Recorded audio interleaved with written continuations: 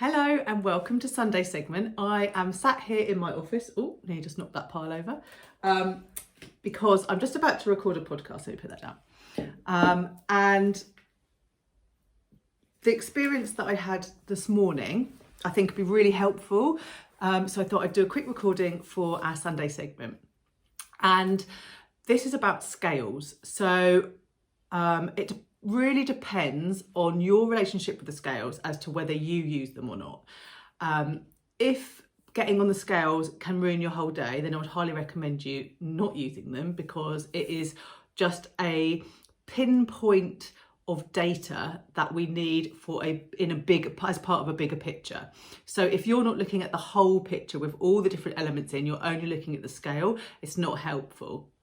But also you need to understand the scale, and you need to understand how, as women, our bodies fluctuate up and down. And if you have ever, I wouldn't recommend it, but if you have ever done any sort of dieting with your husband's results will be completely different from yours. Now, I do not condone diets. Diets don't work. We know that. We need habits that we build that are sustainable for our whole life. We don't need something we can do for 3 months and then go back to normal eating, because that isn't healthy.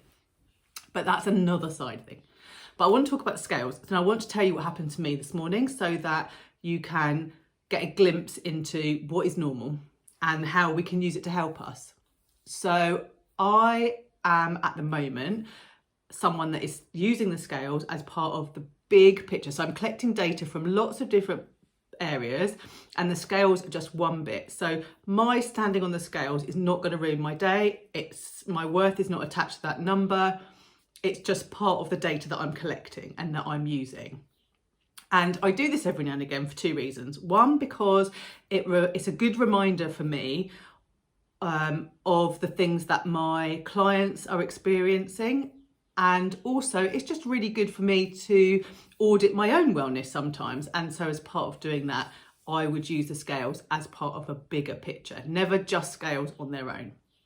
Now, if you are going to use all of the data coming in, including the scales, that means you need to stand on the scales every day. And I know that means, or I know that sounds excessive, but as I say, if you're using it as part of the big picture, it's not. If I wasn't doing anything else and I was only standing on the scales every day, and that number that I was looking at was then directing me on how I was going to live that day, that would be a different conversation. But for me, it's just to notice patterns. So this week, my hydration has been really good. My sleep's been a bit iffy. My nutrition is really good. My moving of my body is really good. My steps is really good. You know, I'm getting out, walking the dog, doing the amount of steps that I want to do for me. So all of the things that I would look at as indicators of if I'm looking after myself, they're all good, apart from the sleep. Sleep was a little bit dodgy this week. Couldn't really work out why, but I was going to bed earlier so that I could get up at the same time. So I was keeping my routine. It's just that my sleep was a bit disrupted in the middle. That's fine. I don't have a problem with it. I just accept it. That's what it is at the moment. We'll move forwards. Every day, as I say, I've got on the scales, and the scales have gone up a little bit every day, And this morning they went up quite a lot. And I was like, okay, that's interesting, because apart from my sleep being a little bit iffy and not enough to affect the scales, because having lack of sleep does affect your weight. So I knew that it probably wasn't that. But I was like, well, that's interesting, because everything's going really well. I'm doing all the things I'm supposed to be doing, but my weight has been going up, and it's gone up a lot. So if I hadn't been gathering that information as part of a big picture, the tendency there may have been that I would have gone, oh my God, it's gone right up. What I'm doing isn't working. I'm not eating breakfast. I'm going to have to be really hard on myself. It's lettuce and cabbage soup. You know, we've been in there, haven't we? We've done that. But actually, because I have the knowledge, because I have practice, because I know this stuff, I was just like able to look at it, log it, and be like, okay, that's interesting. Something's going on. The whoosh will come. I'm completely trust the process that I'm in. I know I'm doing everything that I need to do. So I'm just going to keep on going. I'm not going to change anything. Nothing's not working. It's fine. It's just happened. And then halfway through today, my period arrived. And so that's why it was going up gradually during the week, and that's why it went up high today. And so it will come back down. Why didn't I know I was having a period? Because I'm at that time where it's a little bit all over the place, and I do track it, but I never know exactly. And because I am well, and because I am really in tune with my body, and I do things that my body want, like when I'm really tired, I just go to bed, I don't fight it.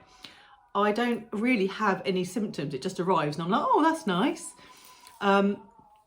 So if you are someone that has got up, or if you're going to get up tomorrow morning and stand on the scales, my question to you would be, first of all, why are you standing on that scale?